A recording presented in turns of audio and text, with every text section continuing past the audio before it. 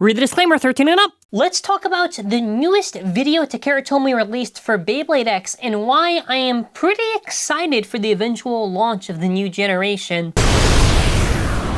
Hello everyone, so obviously I want to just do a quick thing. We do have a store, mullabase.com, optional way to support the channel. Appreciate any support regardless.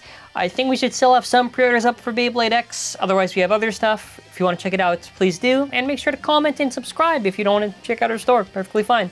Moving on. Wow. Quickly to go over before we go over the part by parts on all the bays. 1 point is a spin finish, 2 points is a burst finish, 2 points is an over finish where you KO them in the over zone, and 3 points the extreme finish where you KO them in the extreme zone. So to start off the video showing off drawn sword, now how this works is that the top part is your blade, your middle part is your ratchet, and your bottom part is your bit for how the parts are. Your blade is what's making the main contact with the Beyblade. Your ratchet is what determines the number of sides on that middle plastic part and the height. And obviously the bit is the bottom, which determines your movement pattern and performance. I also have to point this out, but I find it insane how many times these bays get sent flying around in the air. Like, dude, these paddles look so epic. Like, it literally sent it to the top of this route of the stadium. Then we see our 4 main blades: Drawn Sword, Hell Scythe, Wizard Arrow, and Knight Shield. I actually have to say they look pretty nice with this lighting, just looking at them. I do like the aesthetic quite a bit on them. So one of the main things they point out, because they showed off the blades before, is basically the idea of the ratchet. So obviously the ratchets have different heights. This is going to be a very important factor as you're playing the Beyblade X game, because with different heights, it's going to very much matter how low or tall your Beyblade is, because of the point of contact that they could make with each other,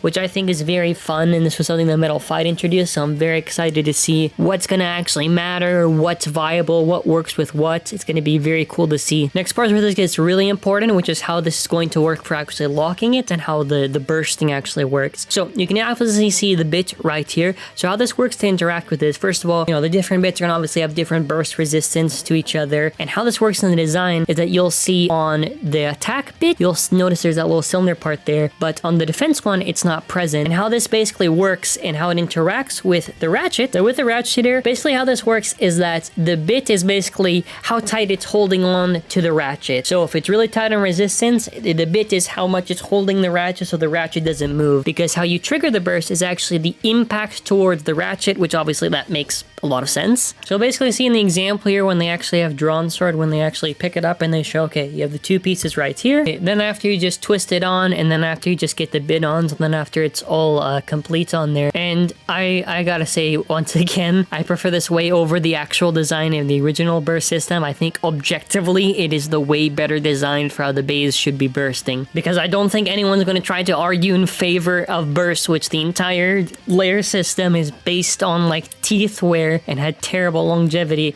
To me, this has infinitely way more longevity for how the bays are designed. That's how I see it. Also, if you're wondering, by the way, it's called a gear chip, which is that thing in the middle, which is funny that it rotates around. That's definitely not going to bother me. No, that's going to bother me a lot, actually. I'm gonna get very scared trying to put this in like the stock position if it just rotates like that. Okay, we have Drawn Sword. A Drawn Sword, like, I mean, honestly, all of them look really good. I really am surprised with a lot of the side profiles on this stuff.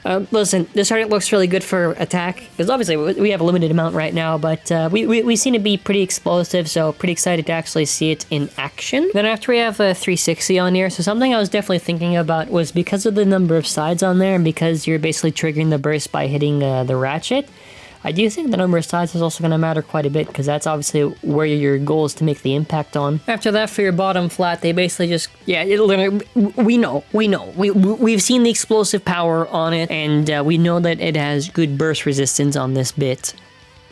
I also just want to mention this, but the sheer amount of bullying I've seen with these Beyblades, where they go to absolutely war to each other, is like insane, bro. If anything, it's going to be extremely entertaining to watch a Beyblade X battle. It literally got sent flying. It's literally like this is like an anime battle. That's how crazy these battles feel to me when I'm watching them. Okay, now when we got that Hell Scythe, I was like, okay, let's see how it is. Because I was like, I'm not too convinced.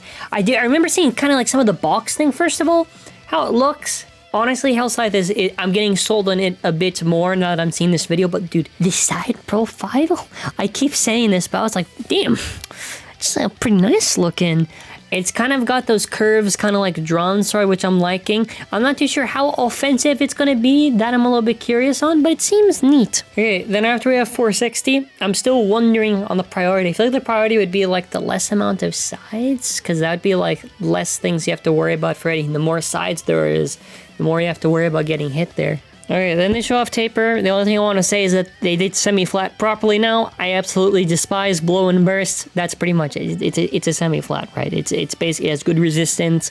It's basically just like flat, but semi-flat. Also, the only thing, and I know they're obviously just displaying this because it's like an advertisement, but I did like seeing that clean burst from Hellscythe.